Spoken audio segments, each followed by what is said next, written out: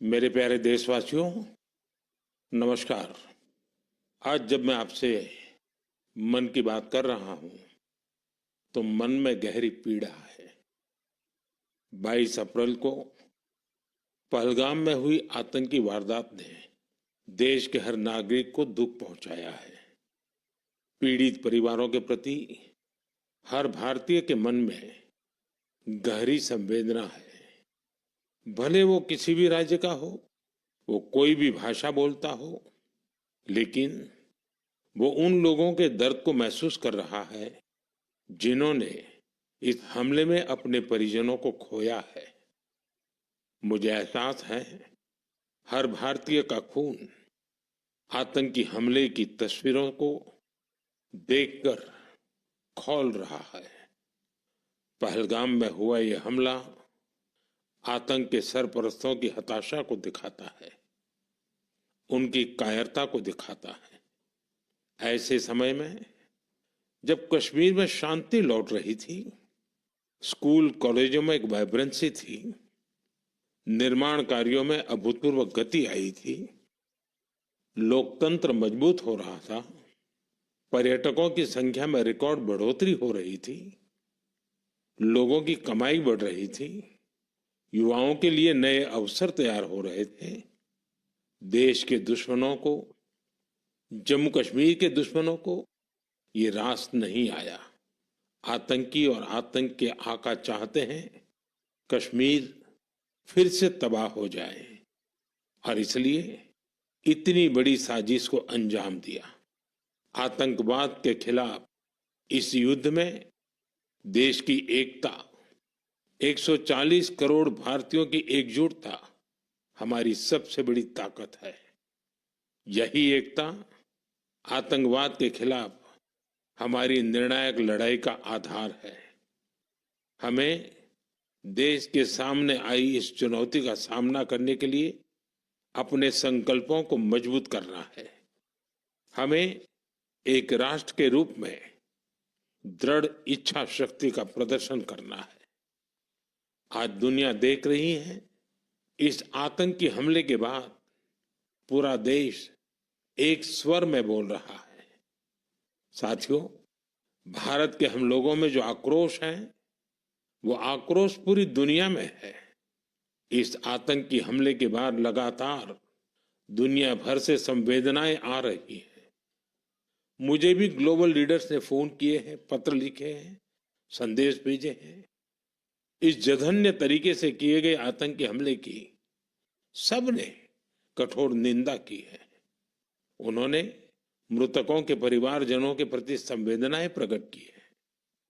पूरा विश्व आतंकवाद के खिलाफ हमारी लड़ाई में 140 करोड़ भारतीयों के साथ खड़ा है। मैं पीड़ित परिवारों को फिर भरोसा देता हूं, उन्हें न्याय मिलेगा, न्याय मिलकर रहेगा। इस हमले के दोषियों और साजिश रचने वालों को कठोरतम जवाब दिया जाएगा।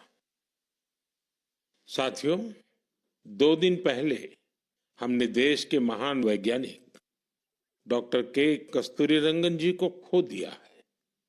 जब भी कस्तूरीरंगन जी से मुलाकात हुई, हम भारत के युवाओं के टैलेंट, आधुनिक शिक्षा, स्पेस साइंस, ऐसे विषयों पर काफी चर्चा करते थे।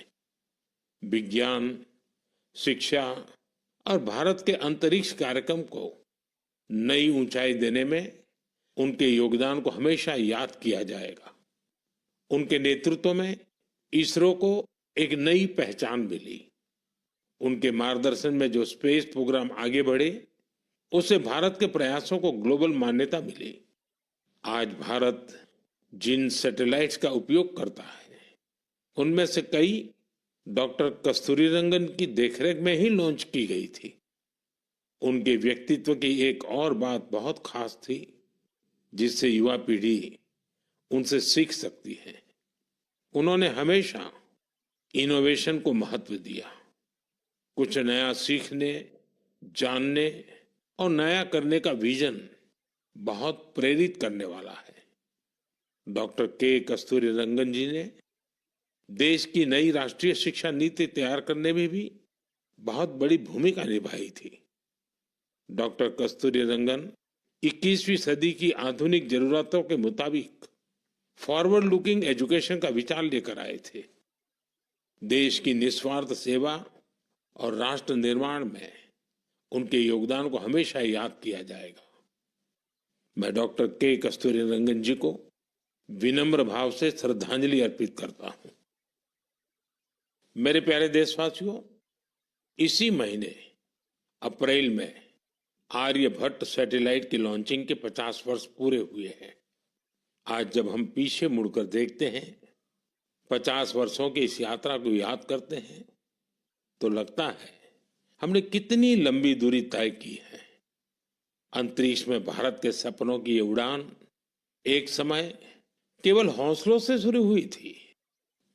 राष्ट्र के लिए कुछ कर गुजरने का जज्बा पाले कुछ युवा वैज्ञानिक, उनके पास न तो आज जैसे आधुनिक संसाधन थे, न ही दुनिया की टेक्नोलॉजी तक वैसी पहुंच थी। अगर कुछ था तो वो था प्रतिभा, लगन, मेहनत और देश के लिए कुछ करने का जज्बा।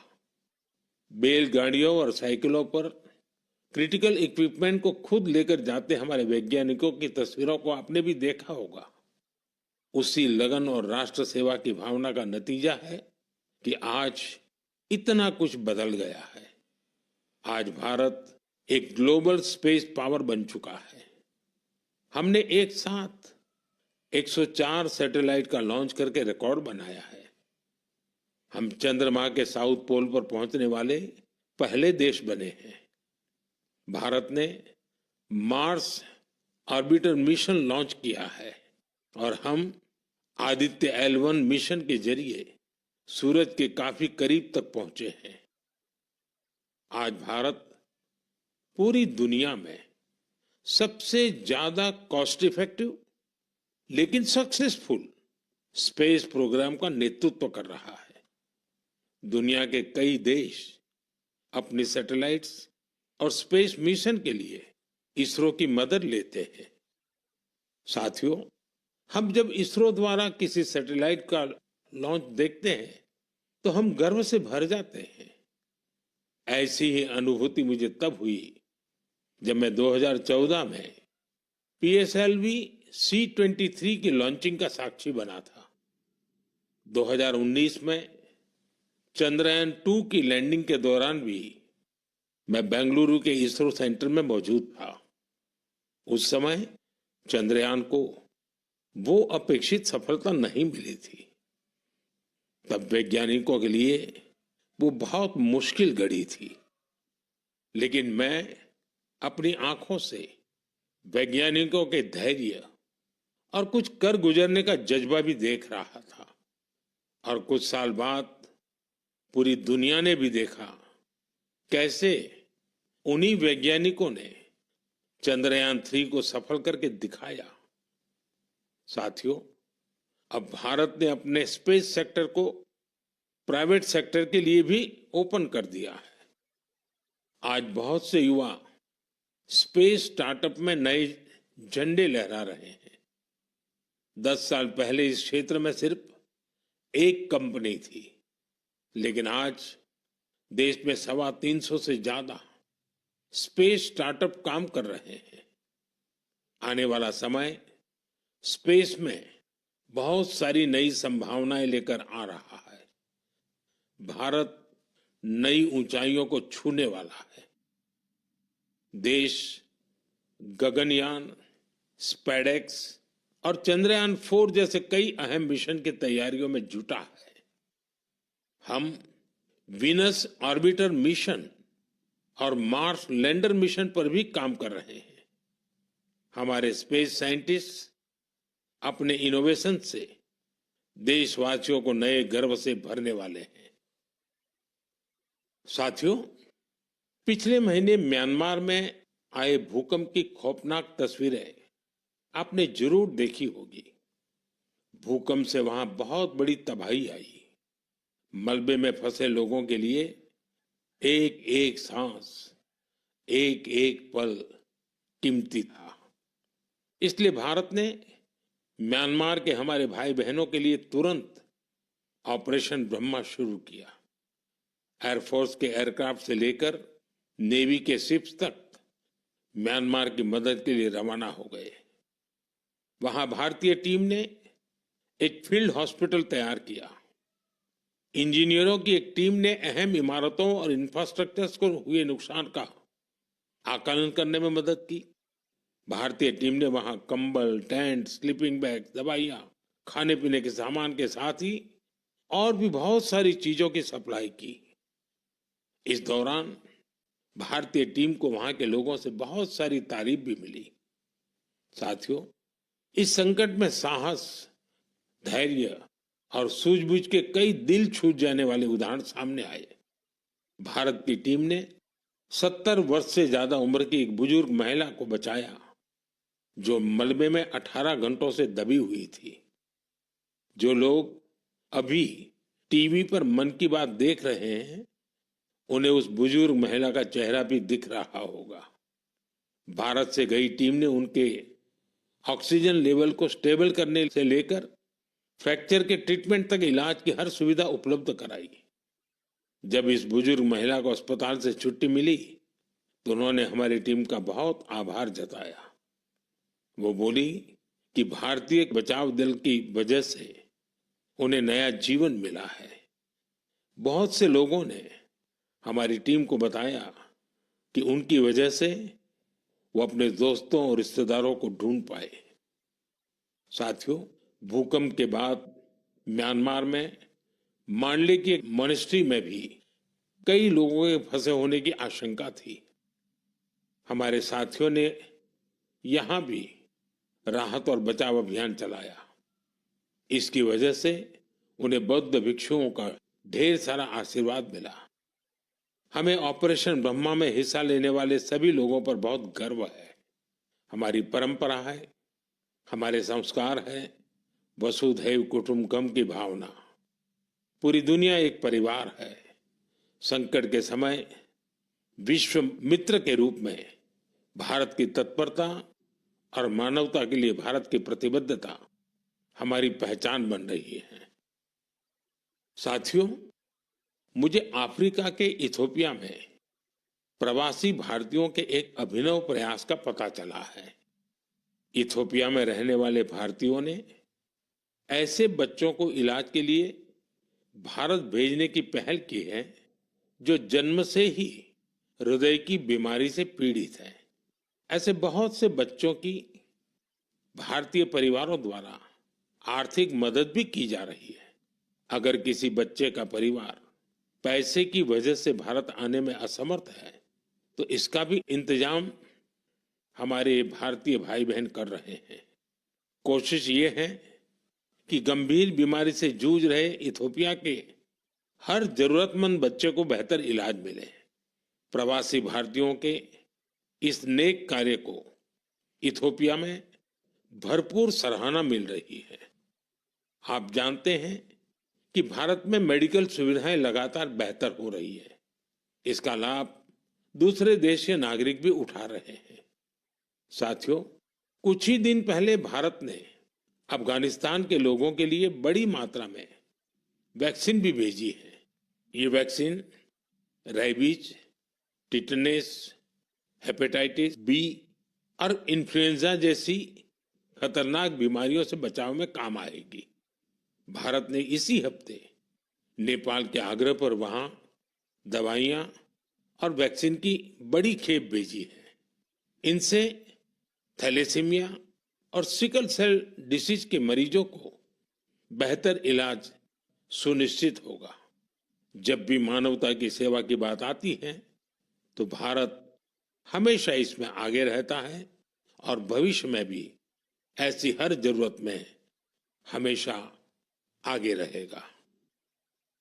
साथियों, अभी हम डिजास्टर मैनेजमेंट की बात कर रहे थे और किसी भी प्राकृतिक आपदा से निपटने में बहुत अहम होती है आपकी अलर्टनेस, आपका सचेत रहना।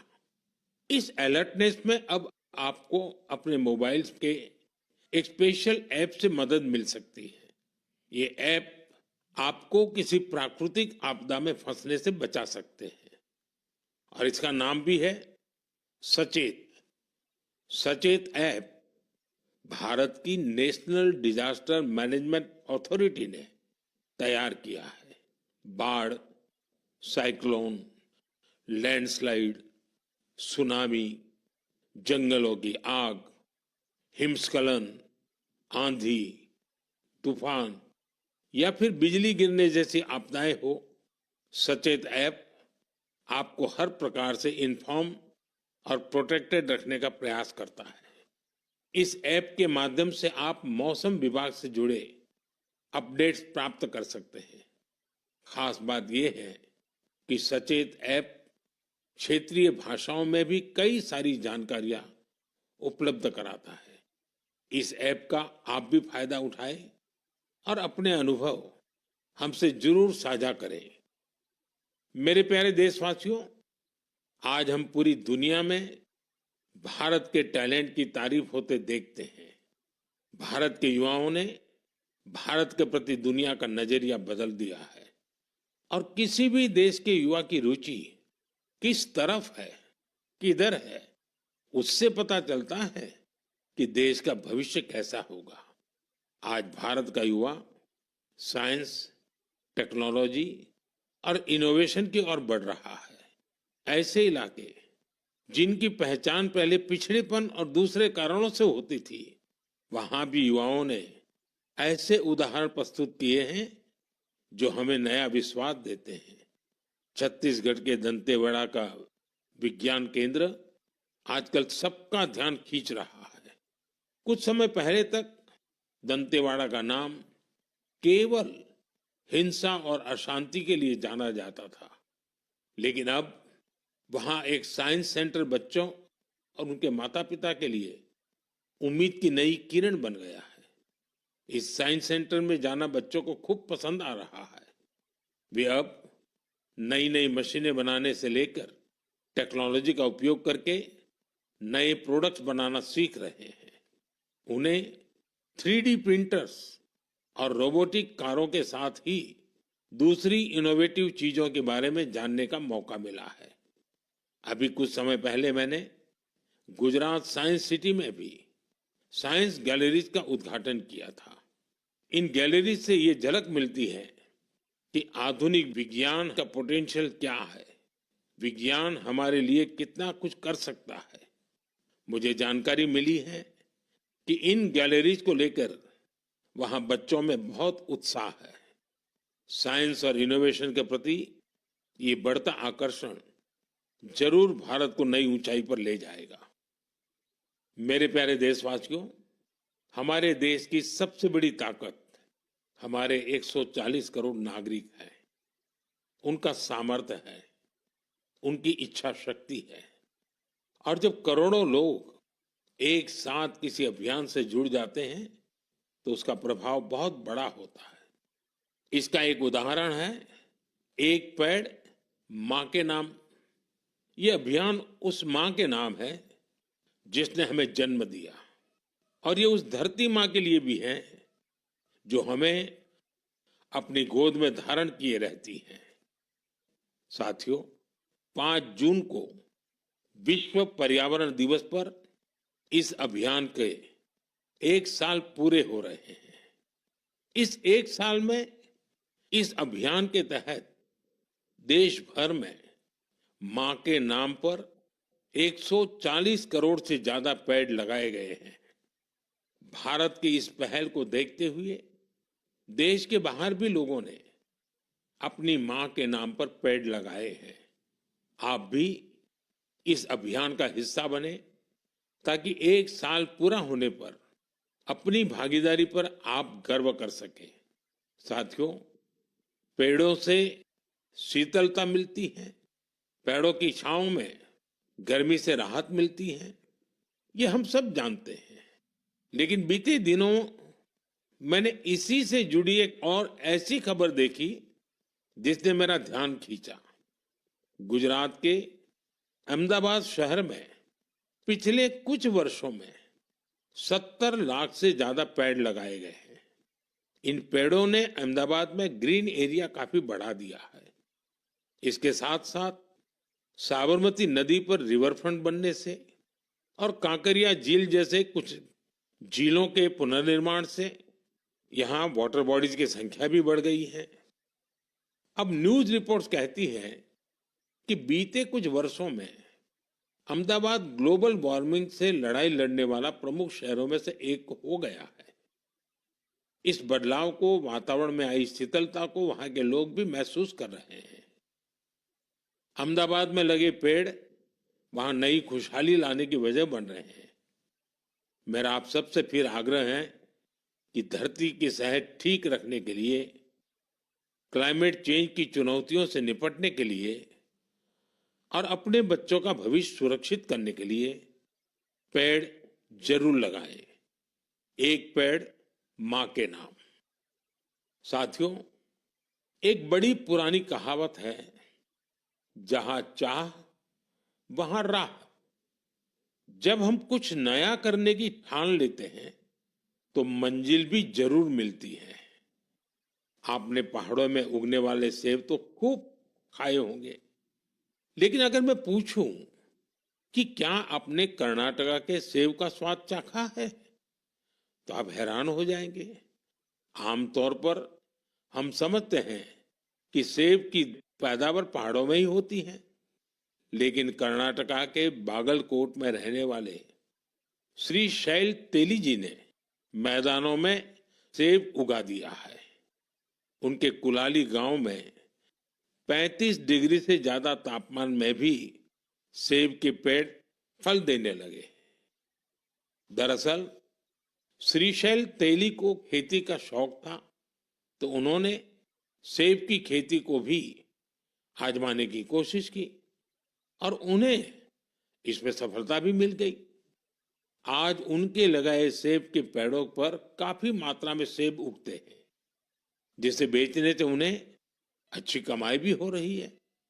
साथियों, अब जब सेबों की चर्चा हो रही है तो आपने किन्नौरी सेब का नाम जरूर सुना होगा। सेब के लिए मशहूर किन्नौर में केसर का उत्पादन होने लगा है। आमतौर पर हिमाचल में केसर की खेती कम ही होती थी, लेकिन अब किन्नौर की खूबसूरत सांगला घाटी में भी केसर की खेती होने लगी। ऐसा ही एक उदाहरण केरला के वायनाड का है। यहां भी केसर उगाने में सफलता मिली और वायनाड में ये केसर किसी खेत या मिट्टी में नहीं, बल्कि एरोपोनिक्स टेक्निक से उगाए जा रहे हैं। कुछ ऐसा ही हैरत भरा काम लीची की पैदावार के साथ हुआ है। हम तो सुनते आ रहे थे कि लीची बिहार, पश्चिम बंगाल या झारखंड में उगती है, लेकिन अब लीची का उत्पादन दक्षिण भारत और राजस्थान में भी हो रहा है। तमिलनाडु के थिरुविरा अरासु कॉफी की खेती करते थे। कोडाईकनाल में उन्होंने लीची के पेड़ लगाए और उनकी 7 साल की मेहनत के बाद अब उन पेड़ों पर फल आने लगे। लीची उगाने में मिली सफलता ने आसपास के दूसरे किसानों को भी प्रेरित किया है। राजस्थान में जितेंद्र सिंह राणावत को लीची उगाने में सफलता मिली है। ये सभी उदाहरण बहुत प्रेरित करने वाले हैं। अगर हम कुछ नया करने का इरादा कर ले और मुश्किलों के बावजूद डटे रहें, तो असंभव को भी संभव किया जा सकता है। मेरे प्यारे देशवासियों, आज अप्रैल का आखिरी रविवार है। कुछ ही दिनों में मई का महीना शुरू हो रहा है। मैं आपको आज से करीब 108 साल पहले लेकर चलता हूं। साल 1917। अप्रैल और मई के यही 2 महीने देश में आजादी की एक अनोखी लड़ाई लड़ी जा रही थी। अंग्रेजों के अत्याचार उफान पर थे। गरीबों, वंचितों और किसानों का शोषण अमानवीय स्तर को भी पार कर चुका था। बिहार की उपजाऊ धरती पर ये अंग्रेज किसानों को नील की खेती के लिए मजबूर कर रहे थे। नील की खेती से किसानों के खेत बंजर हो रहे थे, लेकिन अंग्रेजी हुकूमत को इससे कोई मतलब नहीं था। ऐसे हालात में 1917 में गांधी जी बिहार के चंपारण पहुंचे हैं। किसानों ने गांधी जी को बताया, हमारी जमीन मर रही है, खाने के लिए अनाज नहीं मिल रहा है। लाखों किसानों की उस पीड़ा से गांधी जी के मन में एक संकल्प उठा। वहीं से चंपारण का ऐतिहासिक सत्याग्रह शुरू हुआ। चंपारण सत्याग्रह ये बापू द्वारा भारत में पहला बड़ा प्रयोग था। बापू के सत्याग्रह से पूरी अंग्रेज हुकूमत हिल गई। अंग्रेजों को नील की खेती के लिए किसानों को मजबूर करने वाले कानून को स्थगित करना पड़ा। एक ऐसी जीत थी जिसने आजादी की लड़ाई में नया विश्वास फूंका। आप सब जानते होंगे, इस सत्याग्रह में बड़ा योगदान बिहार के एक और सपूत का भी था, जो आजादी के बाद देश के पहले राष्ट्रपति बने। वो महान विभूति थे डॉक्टर राजेंद्र प्रसाद। उन्होंने चंपारण सत्याग्रह पर एक किताब भी लिखी, सत्याग्रह इन चंपारण।